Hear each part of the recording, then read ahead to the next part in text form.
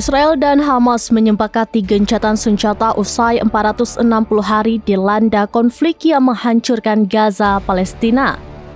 Perdana Menteri Qatar Sheikh Mohammed bin Abdulrahman bin Jassim Al Thani menjelaskan kesepakatan gencatan senjata akan berlaku pada Minggu 19 Januari 2025. Ceasefire atau gencatan senjata adalah penghentian konflik bersenjata dalam sementara waktu. Ketika gencatan senjata dimulai, pihak Israel atau Hamas yang terlibat setuju untuk menghentikan tindakan agresif masing-masing.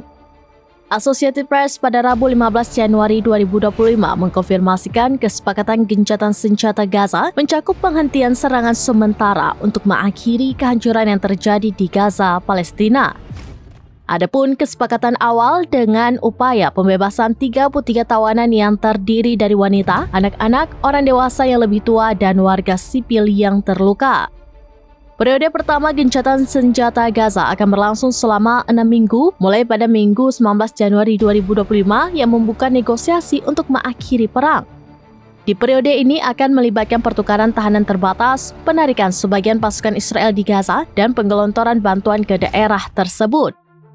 Kemudian 33 tawanan Israel termasuk wanita, anak-anak, dan warga sipil berusia di atas 50 tahun yang ditangkap selama serangan yang dipimpin Hamas di Israel Selatan pada 7 Oktober 2023 akan dibebaskan.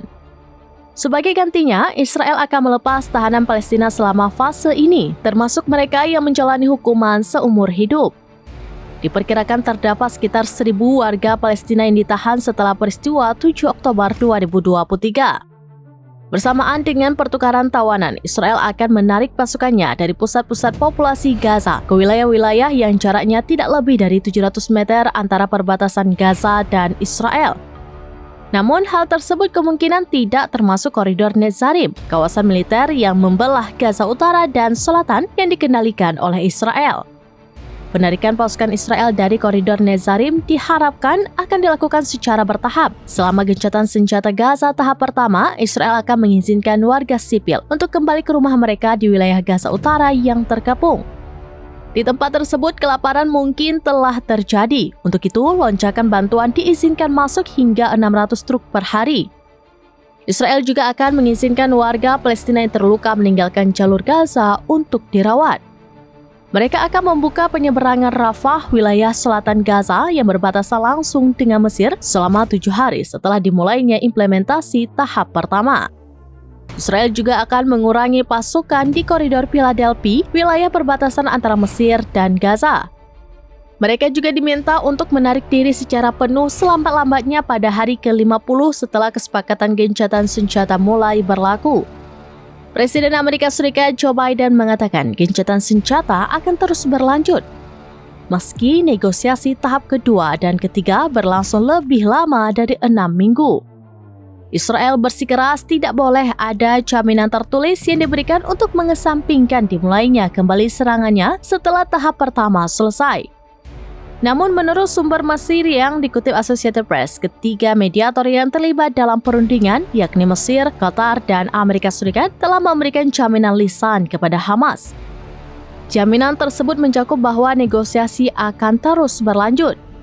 Ketiganya akan mendesak tercapainya kesepakatan tahap kedua dan ketiga sebelum kurun waktu 6 minggu tahap pertama berlalu. Negosiasi untuk fase ini akan dimulai pada hari ke-16 gencatan senjata Gaza.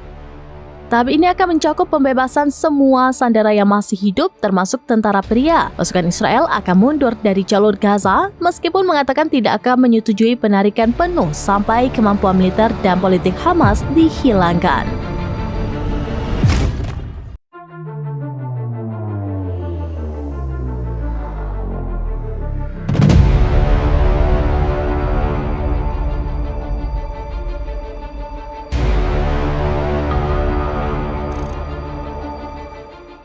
Download Tribun X sekarang, menghadirkan lokal menjadi Indonesia.